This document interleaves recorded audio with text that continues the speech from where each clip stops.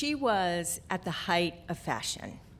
She wore a red llama coat, leather. She loved her St. John outfits, but on the weekends, it was always sweats and t-shirts and jeans and sweatshirts.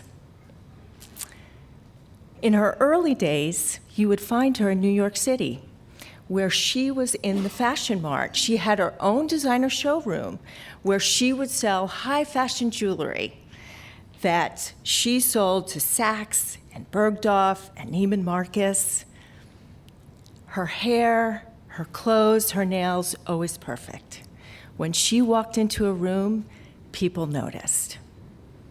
But when she took her last breath and they started to wheel her out, they turned to me and they asked me, "What clothes are you going to bury your mom in?" And I thought, we never talked about that.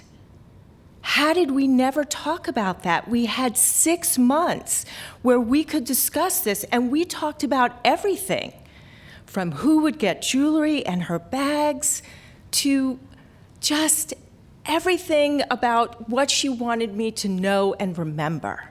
But we never talked about what clothes she would be buried in. And I had to get it right.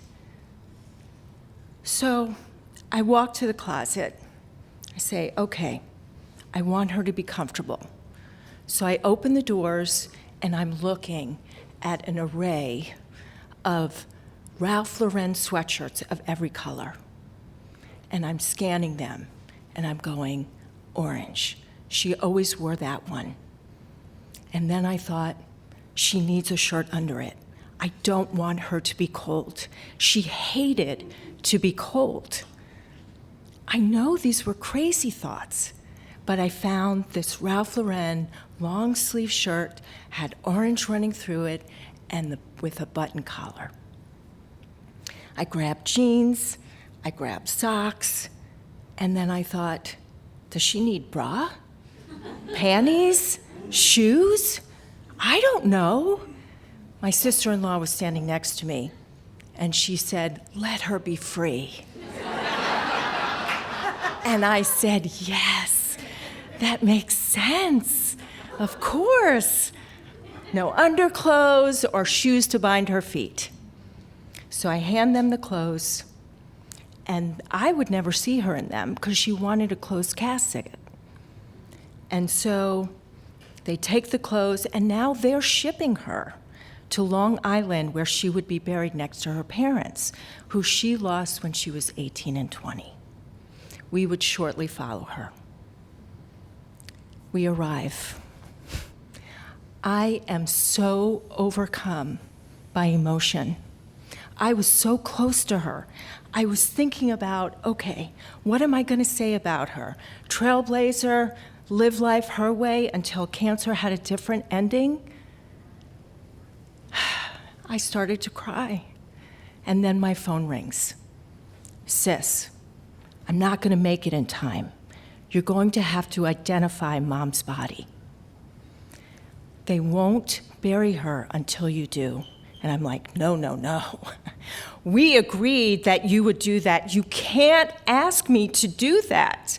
I don't want to remember her like this. "Sis, you have to. Grab Ricky and go." So I grab my brother, and I am shaking. I could feel my heart pounding out of my chest as we walk over there. They're getting ready to lift the coffin, and I close my eyes and I take a deep breath in. And as I let the breath out, this calm washed over me, and I looked down. And she looked beautiful in the clothes that I picked out for her. She looked so peaceful. I was so happy to see her. But wait, something's not right. No, she would never wear it like this. And without even thinking, I bent down, and my brother's horrified. He's like, "What are you doing?" I said she would never wear her shirt like this. So I quickly unbutton each side of her collar, and I pop her collar up. And I step away, and I could feel her smiling at me. And I just knew what I would say about her. How happy she was she could spend time with all of you before she left. That she loved all of you. I don't remember what else, but I do wonder if she feels what I do every time I think that I had to pop her collar so she would look perfect for when she saw her parents again.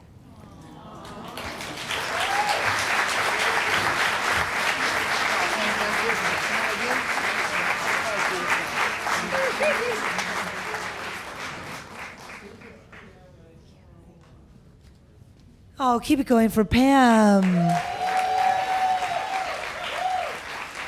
That was beautiful.